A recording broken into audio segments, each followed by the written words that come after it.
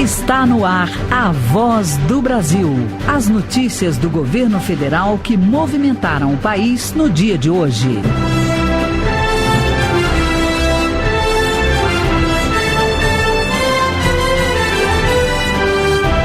Boa noite.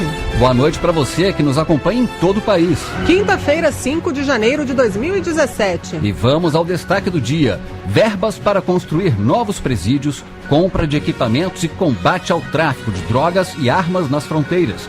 Ações estão previstas no Plano Nacional de Segurança Pública. Durante reunião sobre o plano, o presidente Michel Temer lembrou que o controle dos presídios cabe aos estados, mas que o assunto tem toda a atenção do governo federal. A preocupação gerada nos últimos tempos faz com que todos nós tenhamos ciência e consciência de que se trata de um problema nacional. E tratando-se de um problema nacional, é que se esboça um plano de segurança pública.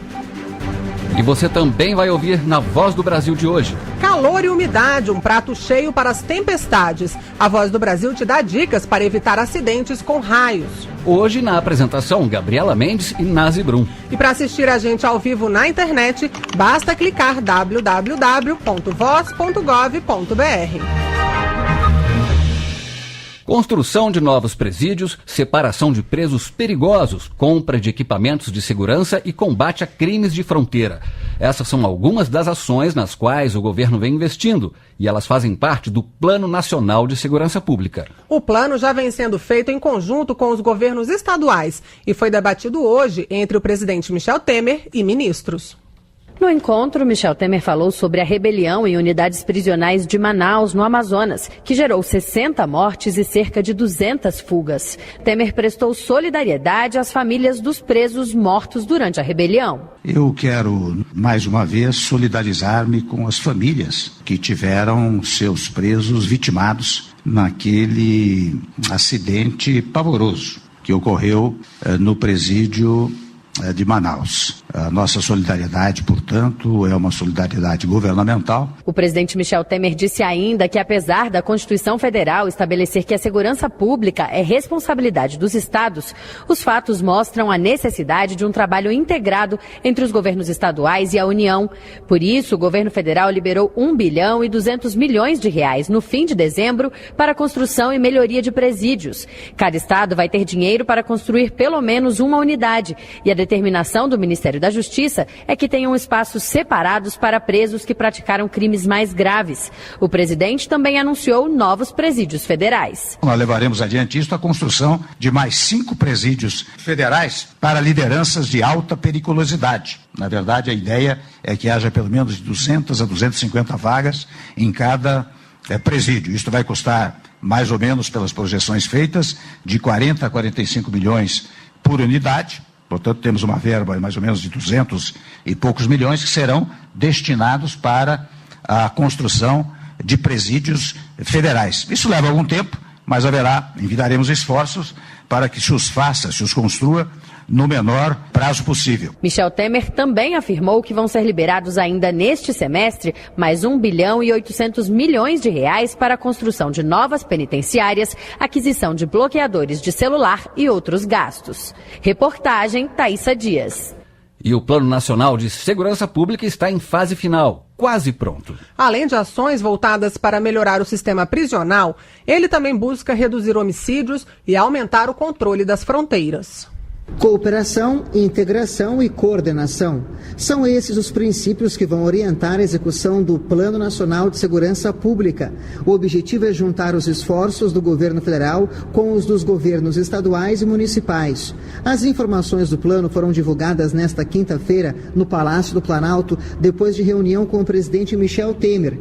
O ministro da Justiça e Cidadania, Alexandre de Moraes, detalhou os 3 eixos do plano. Primeiro, a redução de homicídios dolosos, de feminicídios e violência contra a mulher. Segundo objetivo, combate integrado à criminalidade organizada transnacional, em especial a questão do tráfico de drogas e do tráfico de armas. E o terceiro ponto, que se liga ao segundo do plano, é a racionalização e modernização do sistema penitenciário. Para melhorar o sistema prisional, o plano prevê a construção de novos presídios federais, além da compra de equipamentos de segurança como scanners e bloqueadores de celulares. Já para combater o crime organizado nas fronteiras, o investimento previsto é de 450 milhões de reais por meio do CISFRON, sistema de radares que monitora a área no país. O ministro da Defesa, Raul Jungmann, ainda anunciou mudanças na Operação Ágata, que também combate delitos na fronteira brasileira. A Operação Ágata 2, que vai ser lançada esse ano, ela, em primeiro lugar, ela será contínua. Ela não vai ter um período só. Segundo lugar, ela vai atuar de forma imprevisível, ou seja, vai explorar o elemento surpresa.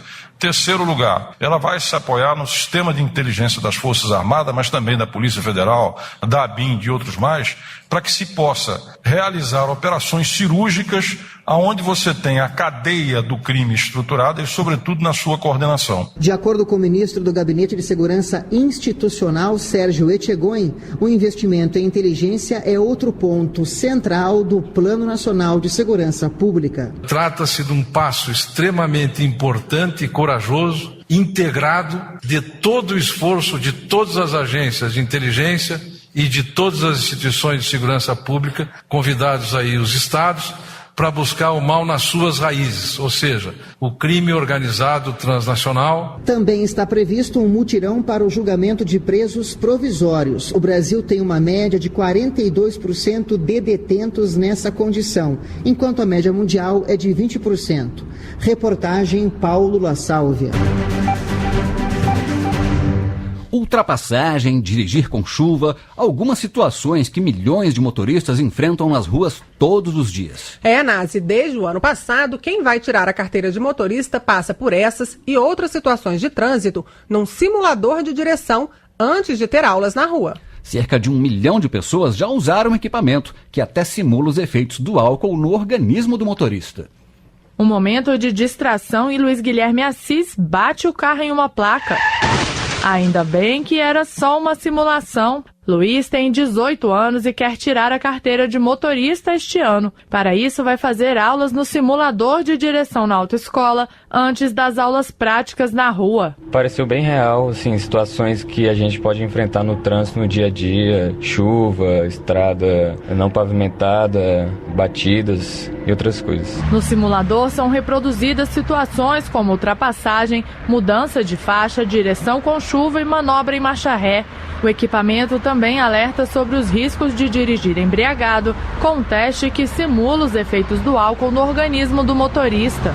Além disso, o instrutor pode conscientizar os alunos sobre os perigos de dirigir e manusear o celular ao mesmo tempo. O coordenador de educação do Departamento Nacional de Trânsito, Francisco Garonci, explica que o objetivo das aulas no simulador é preparar melhor o condutor para as aulas práticas. Aqui ele vai aprender o princípio disso para que ele não fique perdido lá fora quando ele for dirigir, é de verdade. O uso do simulador nas autoescolas é obrigatório desde 2016 para quem vai tirar a carteira de motorista e dirigir carros de passeio na categoria B, ou para quem vai mudar essa categoria. Mais de 6 milhões de aulas já foram realizadas para cerca de 1 milhão de alunos. Em alguns estados, por decisão da Justiça, ainda não é obrigatório o uso do simulador, como afirma Francisco Garonci. A orientação que a gente dá a todos que estão iniciando o processo de formação, que procurem se informar se o Centro de Formação de Condutores tem e oferece o treinamento em simulador, para que essa pessoa não seja prejudicada no momento de emissão da sua carteira, ela acabar sendo recusada porque não realizou o treinamento no simulador. Pela regra, quem for tirar a primeira habilitação tem que fazer no mínimo 25 horas de aula prática, sendo 20 horas em veículo e 5 no simulador de direção, com 1 hora de conteúdo noturno. Quem já tem carteira de motorista e vai adicionar a categoria B, faz 20 horas de aula, sendo 5 horas no simulador. Reportagem Gabriela Noronha. O BNDES, Banco Nacional de Desenvolvimento Econômico e Social, divulgou novidades para conceder financiamento. Projetos que trazem mais benefícios para a sociedade vão receber melhores condições de crédito. As prioridades incluem saúde, educação, meio ambiente, exportação e micro, pequenas e médias empresas. Com os novos critérios anunciados nesta quinta-feira, o BNDES quer incentivar o desenvolvimento sustentável do país e melhorar as práticas entre as empresas. 2 linhas de financiamento passam a integrar o BNDES. A linha incentivada abrange os projetos com maior impacto para a sociedade. Investimentos em saúde, educação, meio ambiente, exportação, infraestrutura e inovação terão prioridade e vão receber melhores condições de financiamento. Já a linha padrão vai financiar os retornos sociais menos expressivos. A presidente do BNDES, Maria Silvia Bastos, fala sobre o retorno social que as medidas podem trazer. Vou dar um exemplo. Um projeto de saneamento, o retorno que ele traz para a sociedade do ponto de vista ambiental, saúde, valorização mobiliária, turismo, produtividade do trabalho, produtividade da educação, crianças que não ficam mais doentes, impacto em redução de custos da saúde pública. Então, é um projeto que claramente tem um impacto social maior do que o impacto privado. Também foi anunciada a ampliação do prazo do financiamento de máquinas e equipamentos, o FINAME, de 5 para 10 anos. A presidente do BNDES reforça que as mudanças anunciadas têm como principal objetivo melhorar a vida do brasileiro. O que a gente quer mesmo é ter um BNDES que desembolse muito em bons projetos que tragam impacto para a sociedade. Que as pessoas entendam que o banco, ao fazer esses projetos, faz diferença na sua vida. Em projetos de mobilidade, metrô, projetos que têm impacto em geração de emprego, projetos que tragam novas empresas ou incentivem empresas já existentes a investirem em inovação. A presidente do BNDES afirmou ainda que o banco vai continuar apoiando projetos de grandes empresas no exterior, que contarão agora com uma forma diferente de avaliação, feita em conjunto com o TCU, o Tribunal de Contas da União. As medidas encerram um processo de revisão das políticas operacionais do banco, anunciadas em setembro do ano passado. As novas políticas entram em vigor neste mês. Reportagem Natália Mello. 19h12 no horário brasileiro de verão. O Brasil é o país com a maior incidência de raios do mundo. E você sabe como se proteger durante uma tempestade? A gente traz as dicas daqui a pouco. Não saia daí. Um guia lançado pelo Ministério da Saúde vai auxiliar profissionais a identificar e tratar casos de febre chikungunya. Ele orienta e traz informações sobre casos graves, cuidados com as gestantes e medicamentos recomendados, por exemplo. A bancária aposentada Sônia Gasparotto guarda lembranças não muito felizes das férias que tirou em João Pessoa em junho do ano passado. Ela divide as recordações da festa de São João com a febre chikungunya, doença que pegou na cidade.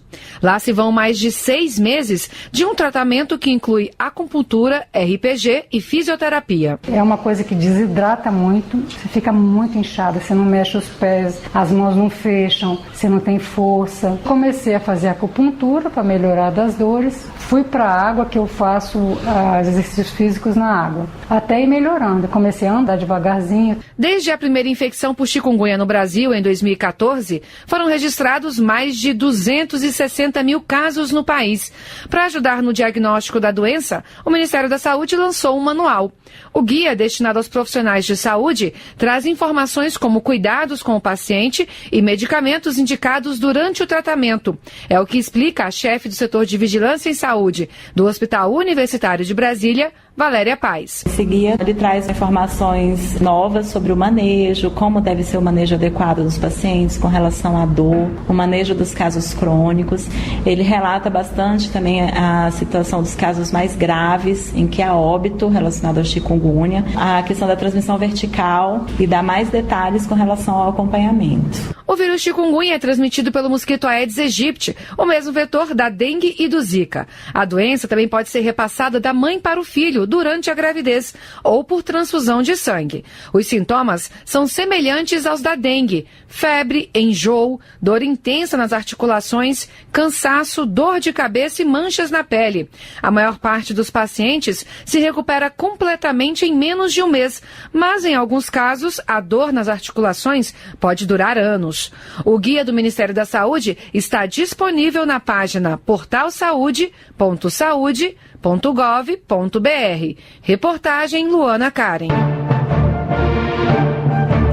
o governo federal adota medidas para diminuir as obras paralisadas no país. São novas regras para a liberação de recursos. Com as mudanças, o governo acredita que também vai acelerar a execução dos projetos. A nova norma estabelece um limite no repasse de recursos antes do início das obras de até 20% do valor total do empreendimento. Esse adiantamento só será feito após a licitação ser homologada. A portaria determina também que os recursos deverão ser devolvidos à União se a obra não for iniciada ou se for paralisada num prazo de 180 dias.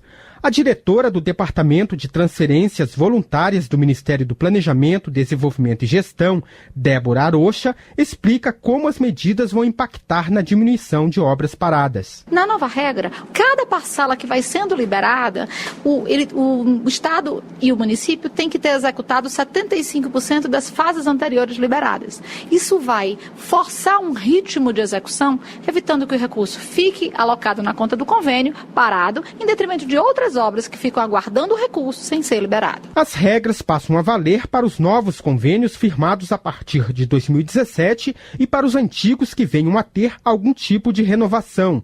A expectativa do governo é que o tempo médio de execução das obras caia de 5 anos para 2 anos. Reportagem, Ney Pereira. 19h17 no horário brasileiro de verão. Momento Social. Acompanhar e estimular o desenvolvimento correto das crianças para que elas tenham um futuro melhor. Esta é a ideia do programa Criança Feliz. Nele, as famílias vão receber visitas de profissionais que vão orientar os pais a estimular o desenvolvimento infantil. Mas quem recebe o Bolsa Família também vai poder ser atendido por mais este programa social do governo? Essa é a dúvida da Ivoneide Silva de Monte Santo, na Bahia. E o ministro do Desenvolvimento Social e Agrário, Osmar Terra, é quem explica para ela no Momento Social de hoje. Olá, ministro. Meu nome é Ivoneide, moro em Monte Santo, Bahia. Gostaria de saber como participar do programa Criança Feliz. Ivoneide, nós estamos nesse momento implantando o programa. Portanto, nós estamos trabalhando agora com os governos estaduais, preparando o pessoal, capacitando. E logo em seguida, ainda nesse mês de fevereiro, vamos trabalhar com todos os municípios que aderiram ao programa. Tem que ver se o teu município já aderiu. Nós vamos capacitar, vamos financiar, vamos pagar os visitadores. Então é um programa que está na fase inicial de implantação. Que todas as famílias que têm Bolsa Família e que tem criança pequena, um gestante ou criança recém-nascida, criança até 2, 3 anos de idade, todas vão entrar no programa. O que o programa visa é acompanhar as famílias semanalmente com uma visitação em casa, dando apoio àquela família em tudo que ela precisar para estimular bem o seu filho, para fazer com que o seu filho tenha um desenvolvimento da sua inteligência, das suas competências o mais adequado possível, para que ele chegue na escola em boas condições, para que ele tenha uma escolaridade maior que a dos seus pais e que ele possa ter uma renda maior que a dos seus pais no futuro e ajudar toda a família a sair da pobreza. E se você também tem alguma pergunta sobre ações e programas sociais do governo, manda pra gente. Pode ser por e-mail no endereço voz@abc.com.br.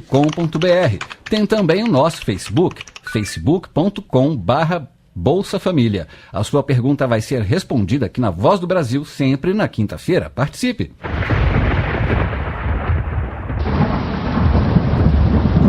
Esse barulho assusta, não é mesmo, Nazi? É, Gabriele, como assusta? No Brasil são 130 mortos e mais de 200 feridos por ano. 80% das mortes por raios podem ser evitadas com alguns cuidados. Você sabe como se proteger de um raio? A gente te dá algumas dicas. Não sair de casa durante tempestades é uma recomendação que nossas mães e avós sempre fazem, né? Mas desta vez ela foi dada pelo INPE, o Instituto Nacional de Pesquisas Espaciais. O Brasil é o país que mais recebe descargas atmosféricas no mundo e entre os anos 2000 e 2015, 1.894 pessoas morreram atingidas por raios. Para tentar evitar estes acidentes, em dezembro o INPE publicou 5 mandamentos para a pessoa não ser eletrocutada em uma tempestade de verão. O manual desaconselha qualquer pessoa a praticar atividades de agropecuária ao ar livre, ficar ao lado de carros e tratores ou andar de bicicleta e moto. Não permanecer em campos abertos como plantações, campos esportivos e praias, nem ficar embaixo de árvores ou perto de cercas. É importante também não tocar em objetos que conduzem eletricidade, como celulares conectados a carregadores ou telefones fixos com fio. Não é recomendável também manusear grandes objetos metálicos ou ficar em locais como decks, sacadas, toldos e varandas. Segundo o INPE, as praias são lugares descampados e vulneráveis a raios.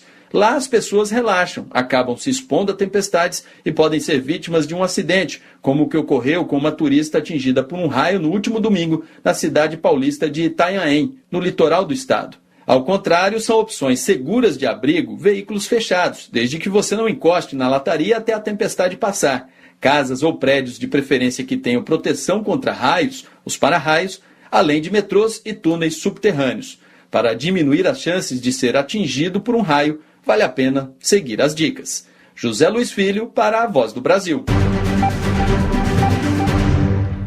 Ontem a gente mostrou que o turismo é um setor que vem crescendo muito num cenário de crise. E um dos objetivos do governo é aumentar o número de visitantes estrangeiros no país. Uma das metas é conquistar os turistas chineses, que são os que mais viajam pelo mundo. Para isso, o governo federal cadastrou mais de 300 agências brasileiras de turismo para receber esse público, cumprindo uma exigência do governo chinês. Das praias do Rio de Janeiro, passando pela Chapada Diamantina e até o encanto das florestas da Amazônia, além, é claro, das belezas das cataratas do Iguaçu. O que não falta é lugar para conhecer na imensidão do Brasil. Fernanda Albino é diretora de receptivo de uma agência de viagem de São Paulo que foi aprovada pelo Ministério do Turismo para receber um público que vem lá do outro lado do mundo. Os chineses. Nós temos profissionais qualificados que falam o idioma local, além do inglês. Também com bons locais de acomodação e ter assistência de um profissional do turismo para poder bem recebê-los. O governo chinês exige que as agências de viagem estejam cadastradas no Ministério do Turismo e cumpram uma série de requisitos para oferecer pacotes e receber turistas aqui no Brasil. Em todo o país, são 316 agências cadastradas em 2017, aumento de 5% em relação a 2015.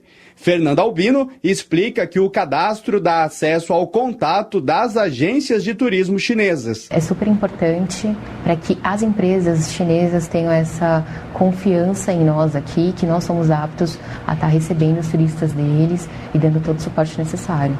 Só em 2014, 180 milhões de chineses viajaram pelo mundo. Já os gastos desse público em viagens, em 2015, somaram 290 bilhões de dólares. A participação do Brasil ainda é pequena. Recebeu pouco mais de 53 mil turistas em 2015. E a expectativa é aumentar o número de turistas que vêm ao Brasil, destaca o chefe da Assessoria Especial de Relações Internacionais do Ministério do Turismo, Rafael Luizzi. O turista chinês ele gosta muito do turismo de compras, turismo cultural e o turismo ecológico. E hoje o Brasil ele é o número 1 em fonte de recursos naturais, ou seja, só temos mais a crescer e a receber cada vez mais turistas chineses no Brasil. A lista com as agências aprovadas no cadastro foi publicada no Diário Oficial da União no dia 29 de dezembro. Reportagem Leonardo Meira. As universidades públicas que usam o SISU, o Sistema de Seleção Unificada, como critério de seleção de vagas, vão poder usar as notas do Enem de forma mais flexível. A partir de agora, as instituições podem exigir dos estudantes uma média mínima de nota para todas as disciplinas ou continuar a indicar uma nota mínima para cada uma das matérias. A mudança pode beneficiar estudantes que conseguem média considerada adequada pela universidade, mas que têm desempenho inferior em algumas das matérias durante as provas do Enem. Um exemplo é um estudante que tem média para se candidatar a uma vaga no curso de Direito, mas que não consegue tirar a nota mínima exigida pela universidade em Química. Mais de 10 mil brasileiros se inscreveram no programa Mais Médicos. 86% se formaram nos últimos 5 anos. Eles vão disputar cerca de 1.200 vagas em 563 municípios e 2 distritos indígenas. O resultado das inscrições deve sair na segunda-feira, dia 9. A seleção dos locais de preferência ocorre em seguida, nos dias 10 e 11. E essas foram as notícias do Governo Federal. Uma realização da Secretaria de Comunicação Social da Presidência da República. Com produção da empresa Brasil de Comunicação. Fique agora com as notícias do Poder Judiciário e do Congresso Nacional. Boa noite. Boa noite e até amanhã.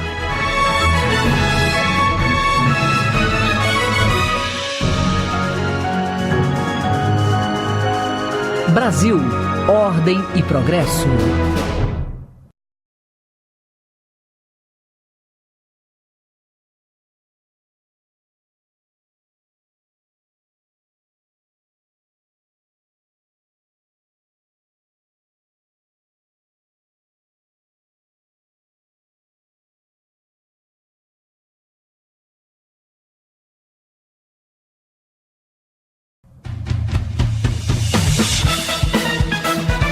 Você vai ouvir agora notícias do Poder Judiciário.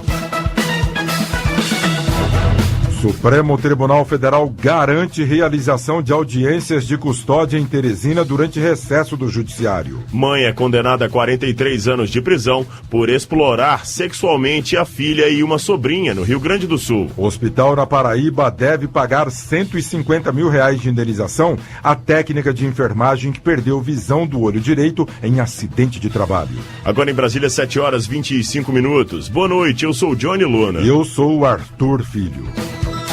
Supremo Tribunal Federal garante realização de audiências de custódia em Teresina durante recesso do Judiciário. As audiências haviam sido suspensas pelo Tribunal de Justiça do Piauí no período de 17 de dezembro a 8 de janeiro deste ano. Ricardo Viula. As audiências de custódia foram lançadas pelo Conselho Nacional de Justiça em fevereiro de 2015 e estão em funcionamento nos 27 tribunais estaduais e nos 5 tribunais federais. Ao recorrer ao STF, a Defensoria Pública do Piauí destacou que o plenário do Supremo Tribunal Federal já determinou a juízes e tribunais que coloquem a medida em prática em todas as comarcas. O objetivo é assegurar o direito de todo preso em flagrante de comparecer em até 24 horas diante da autoridade judicial para ser decidido se permanece detido ou não. Ainda de acordo com a Defensoria Pública piauiense, a suspensão das audiências de custódia atenta contra os direitos humanos das pessoas presas na comarca de Teresina durante o recesso forense. E ao analisar o caso, a presidente do STF, ministra Carmen Lúcia, deu razão à Defensoria Pública do Piauí.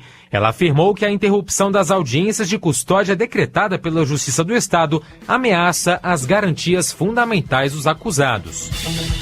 A presidente do Supremo Tribunal Federal e do Conselho Nacional de Justiça, ministra Carmen Lúcia, anunciou que o CNJ vai criar um grupo de trabalho para acompanhar as melhorias prometidas para o sistema prisional do Amazonas. A declaração foi feita na manhã de hoje em visita a Manaus, onde a ministra se reuniu com os presidentes dos tribunais de justiça da região norte e do Maranhão para discutir o massacre de 60 presos na capital amazonense no início deste ano. No encontro, Carmen Lúcia afirmou ainda que o Conselho Nacional de Justiça e o Instituto Brasileiro de Geografia e Estatística estão planejando um censo da população carcerária no país. Acusados de contrabandear 2.000 caixas de cigarro devem continuar presos. A decisão é do Superior Tribunal de Justiça. Fátima Uchoa. Os 2 homens são acusados de contrabandear cigarros de origem estrangeira. Em primeira instância, os réus conseguiram a liberdade provisória condicionada ao pagamento de fiança de 60 salários mínimos para o homem flagrado com 1.500 caixas de cigarro e de 40 salários mínimos para o que estava com 500 caixas. A defesa buscou o Superior Tribunal de Justiça pedindo a redução do valor da fiança ou a soltura dos acusados para responderem em liberdade, mas a presidente do STJ, ministra Laurita Vaz, não verificou flagrante ilegalidade que justificasse a concessão da liminar. De acordo com a ministra, no decreto de prisão preventiva ficaram evidenciados a gravidade do crime e o risco concreto de os réus cometerem novamente o mesmo delito. Mãe é condenada a 43 anos de prisão por explorar sexualmente a filha e uma sobrinha no Rio Grande do Sul. A decisão é da Justiça Gaúcha. Mônica Cardoso. De acordo com a denúncia do Ministério Público Estadual, a filha da condenada começou a ser explorada aos 7 anos de idade, em troca de dinheiro para o sustento da família. Na decisão, os desembargadores afirmaram que a pena fixada no caso é proporcional à gravidade dos crimes praticados, que resultaram em sérios prejuízos físicos e psicológicos para as vítimas. O julgamento do processo em primeira e segunda instância foi concluído em menos de um ano. O hospital deve pagar R$150 mil de indenização à técnica de enfermagem que perdeu visão do olho direito em acidente de trabalho. A decisão é da Justiça Trabalhista na Paraíba. Kirk Moreno. No caso, a técnica de enfermagem estava realizando um procedimento de verificação de sinais vitais de um paciente, quando o termômetro de mercúrio estourou, atingindo diretamente o olho direito dela. A trabalhadora alegou que o hospital só emitiu comunicado de acidente de trabalho um mês depois, sem registrar contaminação por mercúrio. Em defesa, a unidade de saúde afirmou que a trabalhadora não comprovou ter sido contaminada, mas a juíza do caso destacou que, segundo a perícia da Justiça do Trabalho, a técnica de enfermagem trabalhava em situação de risco contínuo. Para a magistrada, o termômetro de mercúrio representa uma grave ameaça à saúde humana e, por isso, ela defendeu que o uso do instrumento deve ser banido. Você acompanha outras notícias do Poder Judiciário em 104,7 FM para o Distrito Federal em torno e também pela internet. Acesse www.radiojustiça.jus.br e siga pelo Twitter. twitter.com/radiojustiça. A você, uma boa noite. Para você, uma boa noite. Notícias do Poder Judiciário, uma produção da Rádio Justiça, Supremo Tribunal Federal.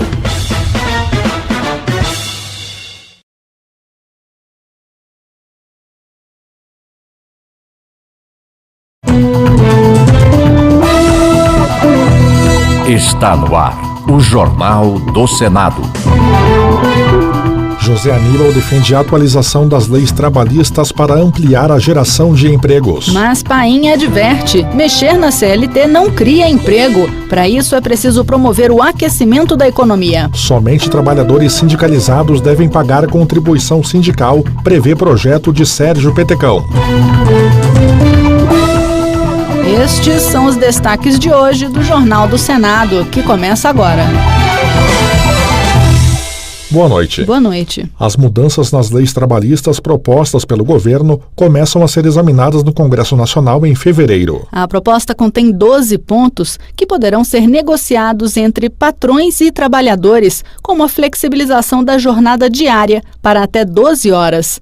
Detalhes com a repórter Marcela Cunha. O conjunto de medidas flexibiliza a consolidação das leis do trabalho, a CLT, de forma que acordos coletivos entre as empresas e os representantes dos trabalhadores possam se sobrepor às leis trabalhistas. Entre as principais mudanças está a jornada diária de trabalho, que poderia passar de 8 para até 12 horas, respeitando o limite de 48 horas semanais, sendo 44 da jornada normal e 4 horas extras. A proposta também prevê a divisão das férias em até 3 períodos e a participação dos funcionários no lucro da empresa. O senador José Aníbal, do PSDB de São Paulo, disse em plenário que a modernização das leis vai ajudar a combater o alto índice de desemprego. Tem que tornar a legislação trabalhista favorecedora do emprego e não do discurso demagógico que muitas vezes, inclusive, é encampado pelas centrais sindicais, como se por ali estivessem defendendo o interesse dos trabalhadores. E dos 22 milhões que estão desempregados, 12 milhões nas estatísticas do IBGE, 10 milhões que já nem procuram emprego mais. A proposta também prevê que, em caso de entendimento entre empregado e empregador, o intervalo durante a jornada de trabalho seja reduzido de 1 hora para até 30 minutos. Da Rádio Senado, Marcela Cunha. Já o senador Paulo Paim, do PT Gaúcho, afirma que a CLT continua atual e que mudar as leis trabalhistas não vai gerar empregos.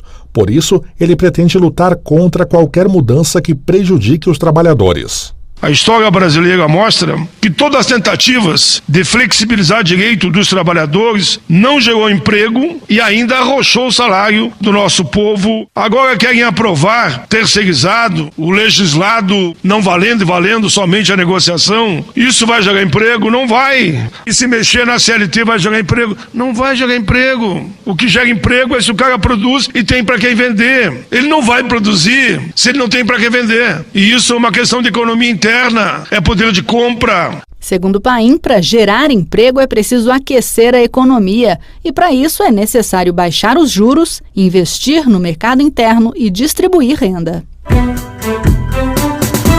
O senador Lazier Martins, do Rio Grande do Sul, espera que a emenda à Constituição que limita os gastos públicos ajude realmente a colocar a casa em ordem, para que o país inicie um ciclo de geração de emprego e renda. Segundo o senador, a emenda cria um novo regime fiscal ao estabelecer redução gradual e contínua dos gastos para promover o equilíbrio das contas públicas. Em economia, é óbvio, não existe saída fácil. A situação é crítica, mas ainda há esperança. Que se possa então colocar a casa em ordem e dar início a um novo ciclo de crescimento com emprego e renda.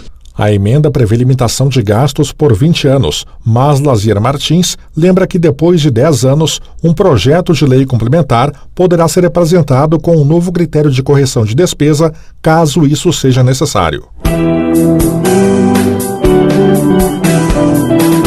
O senador Eduardo Amorim, do PSC, lamenta que Sergipe tenha se tornado o estado mais violento do Brasil e um dos lugares mais violentos do mundo. Ele diz ser difícil entender como Sergipe chegou ao elevado índice de 1.200 homicídios em 2015.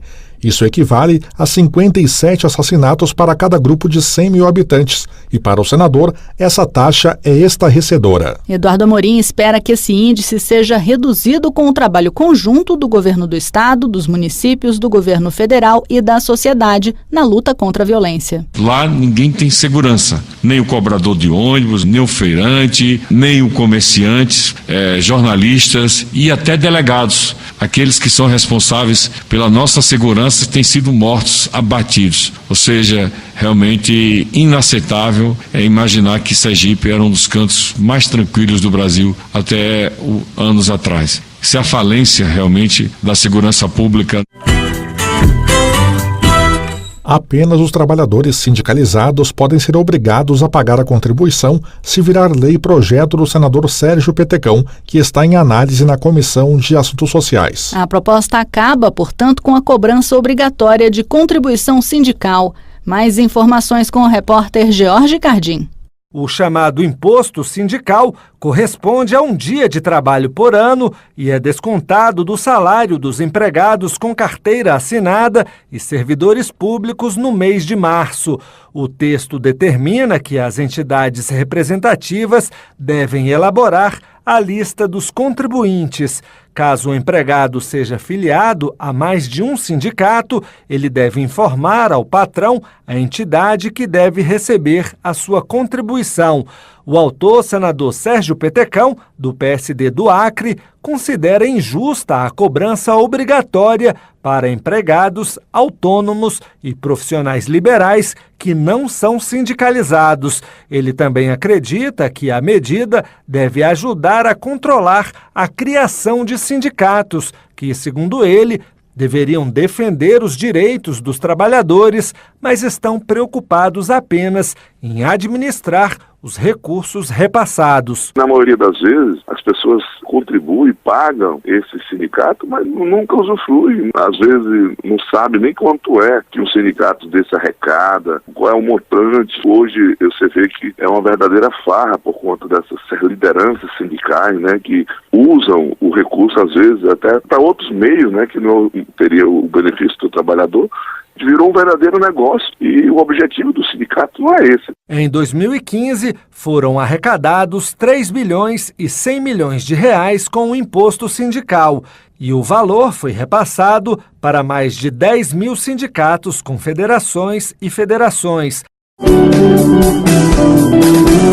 Projetos que tratam do financiamento de pesquisas científicas e tecnológicas no Brasil dominaram a pauta da Comissão de Ciência e Tecnologia em 2016. Um dos que foram aprovados destina dinheiro do Fundo Nacional de Desenvolvimento Científico e Tecnológico, FNDCT, para empresas inovadoras. A proposta, que faz parte da chamada Agenda Brasil, que reúne projetos anticrise, deve ser votada este ano pela Comissão de Assuntos Econômicos. O senador Pedro Chaves, do PSC de Mato Grosso do Sul, afirma que a aprovação terá um impacto importante no desenvolvimento do país. Visa aumentar a possibilidade de aplicação dos recursos do FNDCT em empresas inovadoras. As inovações constituem o condutor primordial de progresso econômico. A cada dia, o cidadão comum se depara com avanços tecnológicos que eram restritos apenas aos laboratórios das universidades e aos programas militares.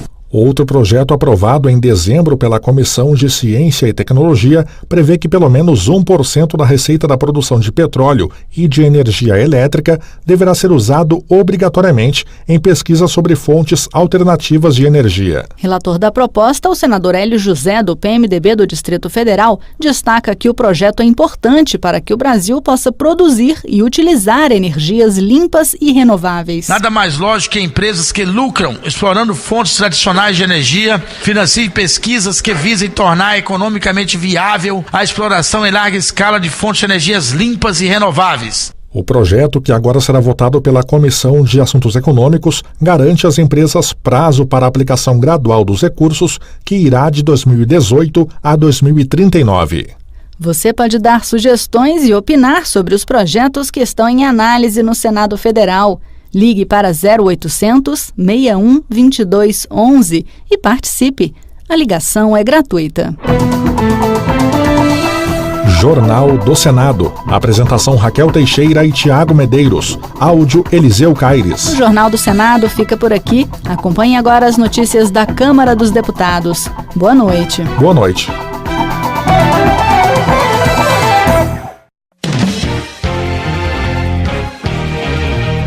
Jornal Câmara dos Deputados. Medidas de combate à corrupção podem voltar a tramitar na Câmara. Projeto de lei reduz prazos para abertura e fechamento de empresas. Parlamentares divergem sobre ações adotadas pelo governo federal.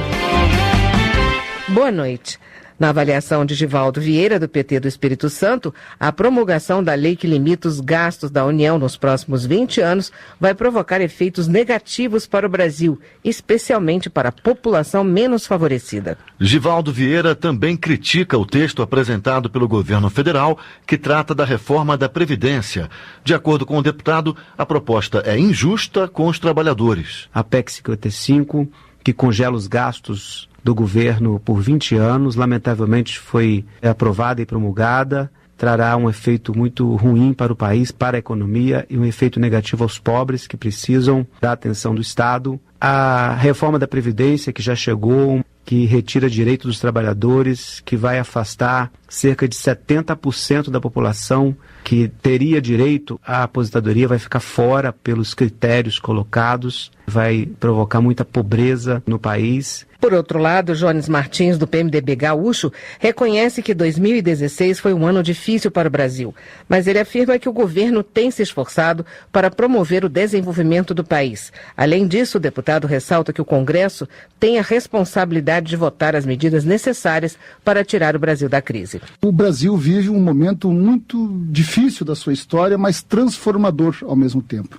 Difícil porque o processo de impeachment sempre é um momento traumático, um momento difícil da vida política, ninguém gostaria, mas foi necessário. E a partir de então, o presidente Michel Temer assumiu a liderança do país com uma responsabilidade, com um compromisso, eu diria, de devolver os empregos para o brasileiro. Para devolver os empregos, é preciso criar as condições políticas para que o país, para que o Congresso Nacional aprove medidas importantes para restabelecer a confiança do mercado e a nossa economia voltar a crescer. Jones Martins cita, por exemplo, a proposta que impõe um teto nos gastos públicos. Para ele, a medida vai ajudar a recuperar a confiança dos investidores privados para gerar emprego e renda, aumentar o consumo e reaquecer a economia, retomando o crescimento do país. Mas Luiz Couto, do PT da Paraíba, critica a emenda constitucional já promulgada pelo Congresso, que prevê o limite de gastos públicos nos próximos 20 anos.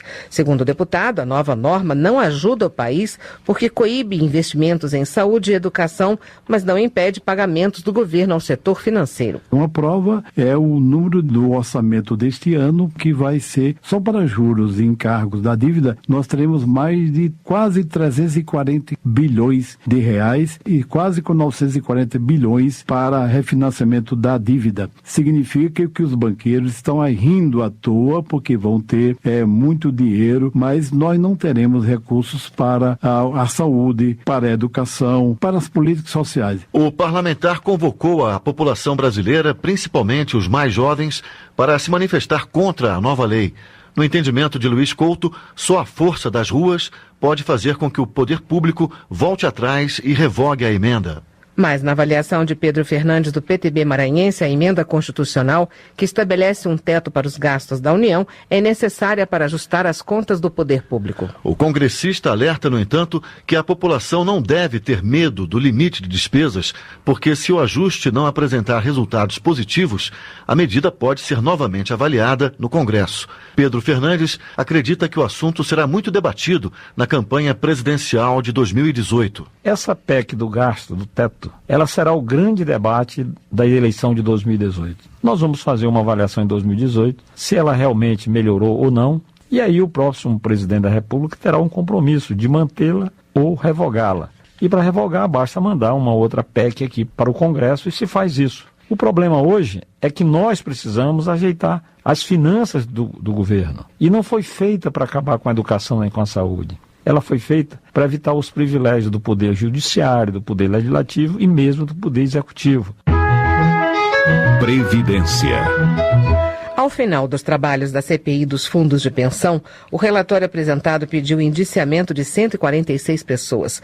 Para o ex-presidente da comissão, Efraim Filho, do Democratas da Paraíba, as investigações da CPI deram uma importante contribuição no combate ao desvio de recursos. É uma CPI que se notabilizou por, ao seu relatório final, ter indiciado mais de 100 pessoas, ter se mostrado eficiente, efetiva e ter embasado operações da Polícia Federal, como a recente Operação Greenfield, que chegou a prender ex-dirigentes dos fundos de pensão, no caso a FUNCEF, que foi uma das investigadas, também o Postales, que pertence aos Correios, Previ, que pertence ao Banco do Brasil, a Petros, que pertence à Petrobras. Foram os 4 grandes fundos investigados. Num universo de 300 bilhões de reais de patrimônio dos 4 maiores fundos de pensão investigados, Efraim Filho observa que a CPI revelou desvios que chegam a 50 bilhões de reais. O deputado manifesta orgulho pelo trabalho da comissão, que, segundo ele, ainda vai trazer mais desdobramentos sobre o gerenciamento dos fundos de pensão.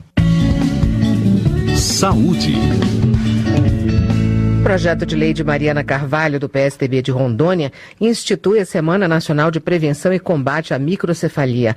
A parlamentar explica que a ideia é fazer uma programação anual em todo o país, de preferência na semana que compreende o Dia das Crianças, celebrado em 12 de outubro. De acordo com Mariana Carvalho, além de conscientizar a população e os profissionais de saúde sobre medidas de prevenção, a iniciativa visa estimular o acompanhamento pré-natal rigoroso e efetivar o tratamento de pacientes com microcefalia. Esta semana ela tem como objetivos informar os profissionais de saúde e a população geral sobre o que é a microcefalia, assim como sobre sua prevenção. Estimular a realização de eventos com especialistas para discutirem os avanços científicos sobre este assunto. Realizar campanhas de vacinação contra as causas de microcefalia que possam ser combatidas desta forma. E estimular a realização do acompanhamento pré-natal, tendo em vista muitos casos de microcefalia acontecendo em nosso país. Educação.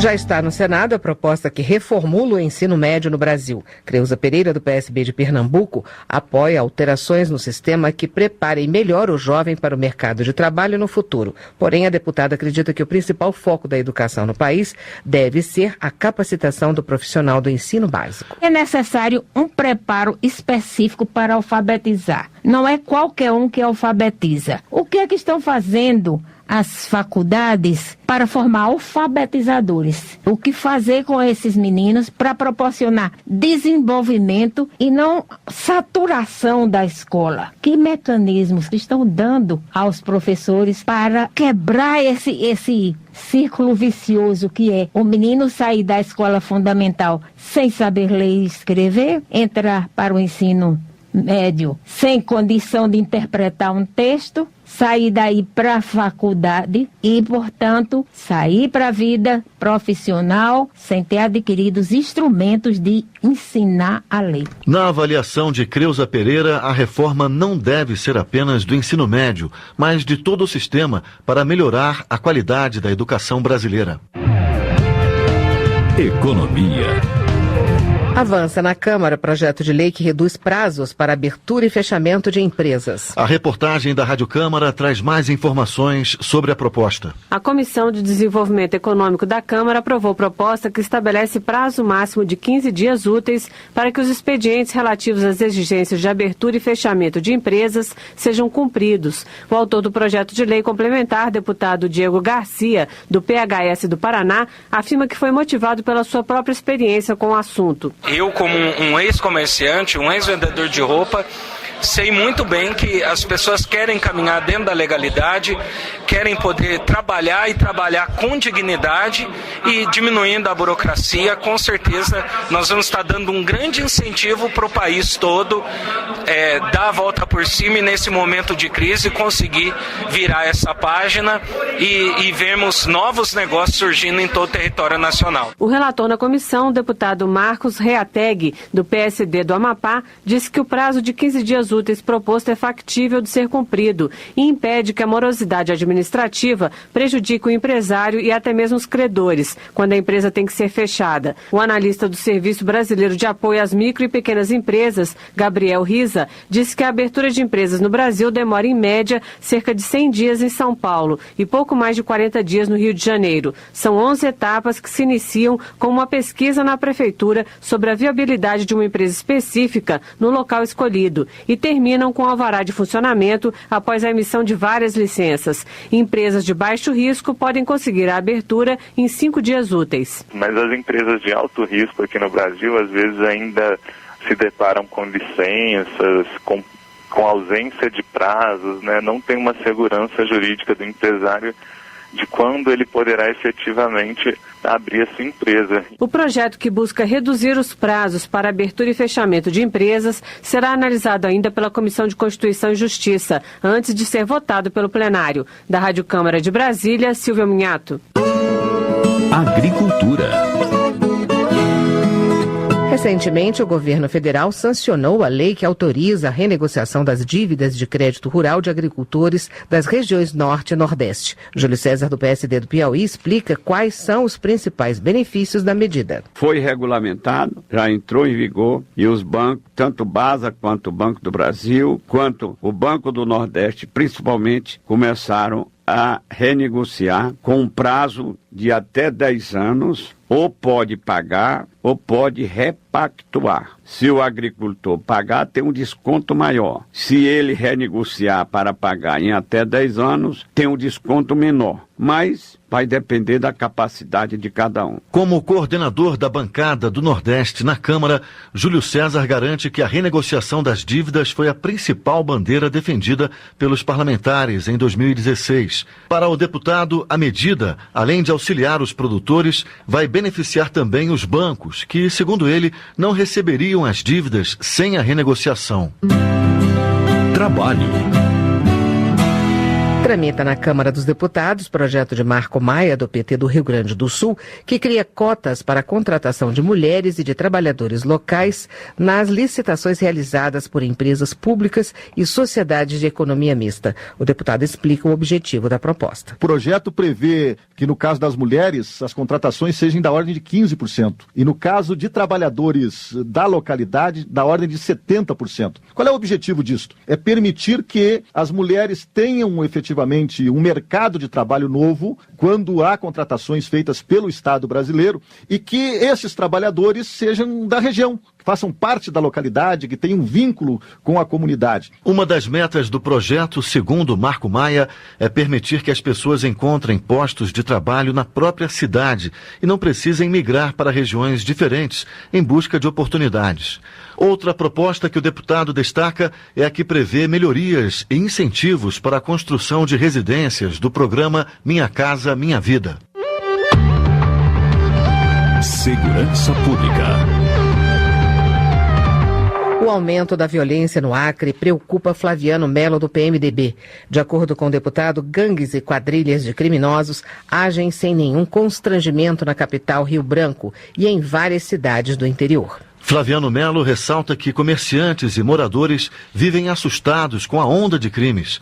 O deputado cobra do governo federal medidas para auxiliar o governo do Acre no combate à violência. Em 2016, elaborei requerimento solicitando informações no Ministério da Justiça acerca das ações de governo do governo federal no combate à violência. Coloquei reiteradas vezes meu gabinete à disposição para qualquer eventualidade. O auxílio da Força Nacional e das próprias Forças Armadas é sempre bem-vindo quando a segurança no Estado não se mostra suficiente. Afinal, a cidadania acreana exige a volta de uma segurança pública eficaz, típica das sociedades civilizadas. Justiça. O pacote de medidas anticorrupção pode voltar a ser discutido na Câmara.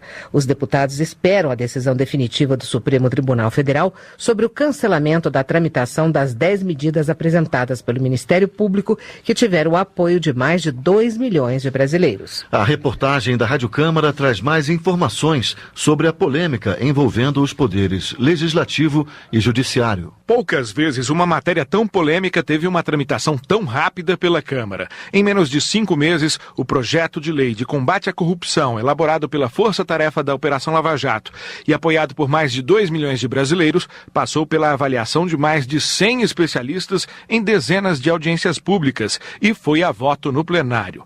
Quando já estava no Senado, veio a surpresa. O ministro Luiz Fux, do Supremo Tribunal Federal, atendeu a pedido do deputado Eduardo Bolsonaro, do PSC paulista, e cancelou a tramitação da matéria na Câmara.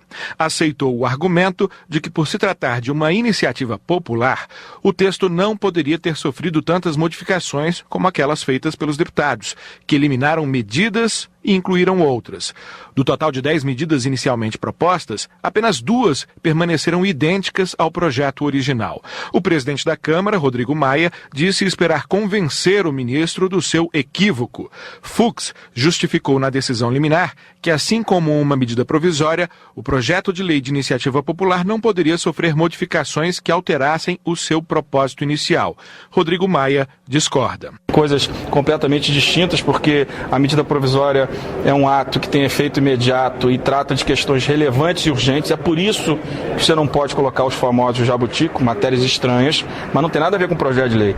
Imagina se num projeto de lei daqui para frente a Câmara não possa, os deputados não possam emendá-la, né? Então, isso aí é uma supressão do direito do parlamentar. Uma das questões mais relevantes do debate é se um projeto de lei que chega ao Congresso como iniciativa popular mantém essa característica, mesmo quando a autoria é assumida por deputados, para contornar toda a burocracia necessária para a conferência de 2 milhões de assinaturas. Mas a polêmica principal é: as modificações feitas pelos deputados de fato desvirtuam o projeto ou apenas tentam corrigir exageros? Para o relator da matéria na Comissão Especial, o deputado Onyx Lorenzoni, do Democratas Gaúcho, o resultado final do projeto é muito frustrante. O objetivo inicial era combater a impunidade e melhorar os controles, né, no combate à corrupção. Não vai se combater a impunidade porque as principais ferramentas foram afastadas e o combate à corrupção vai ficar fragilizado. Entre as modificações feitas pelos deputados, a mais polêmica é a responsabilização de juízes e membros do Ministério Público por crimes de abuso de autoridade, principalmente se motivados por questões partidárias. O deputado Carlos Sampaio, do PSDB de São Paulo, que é membro do Ministério Público, tentou em vão evitar a aprovação dessa emenda. É um absurdo o exemplo que estamos dando, votando o crime de abuso de autoridade na calada de uma madrugada para passar uma impressão à sociedade para passar uma impressão à sociedade de que estamos aqui a punir investigadores da Lava Jato. Mas a líder do PCdoB, Jandira Fegali, defende que quem investiga seja o mais criterioso e justo possível, ou arque com as consequências. Essa emenda não impede a Lava Jato e evita, de fato, arbitrariedades, redução do direito de defesa ou que a arbitragem seja feita a favor de uma visão acima da lei e à margem dela. Outras medidas do projeto são a tipificação penal do crime de caixa 2 eleitoral, a criminalização do eleitor pela venda do voto e a transformação de corrupção acima de 10 mil salários mínimos em crime hediondo. O caixa 2 eleitoral tem pena prevista de 2 a 5 anos de prisão e multa, podendo ser aumentada em 1/3 se a origem do dinheiro for ilícita. A venda de voto pode resultar em prisão de 1 a 4 anos e multa. E a corrupção acima de 10 mil salários mínimos pode levar uma pessoa a ficar até 25 anos na prisão. Mesmo quem apoia as propostas do Ministério Público vê o projeto com ressalvas. O líder do PSOL, Ivan Valente, de São Paulo, defende uma discussão mais profunda. Que precisa fazer o debate da maneira mais complexa que o texto exige. Na verdade, não são 10 medidas, mas são mais de 50 mudanças no Código Penal. Entre os pontos retirados do projeto original está a previsão de que cidadãos pudessem receber recompensa ao denunciar crimes de corrupção. Saiu também o acordo penal, quando a confissão do acusado e a reparação do prejuízo poderia encerrar o processo e aliviar imediatamente a pena. A fiscalização do Ministério Público nos acordos de leniência de empresas com o Poder Executivo também saiu do texto. Mas tudo isso poderá voltar, caso prevaleça o entendimento do ministro Luiz Fux, do STF, de que os projetos de iniciativa popular não podem sofrer tantas alterações. Uma decisão definitiva da Suprema Corte só a partir de fevereiro, com o fim do recesso do Judiciário. Da Rádio Câmara de Brasília, Lincoln Macário. Termina aqui o Jornal Câmara dos Deputados. Boa noite para você. Uma boa noite para você e até amanhã. Voz do Brasil. De segunda a sexta, às 19 horas. Boa noite.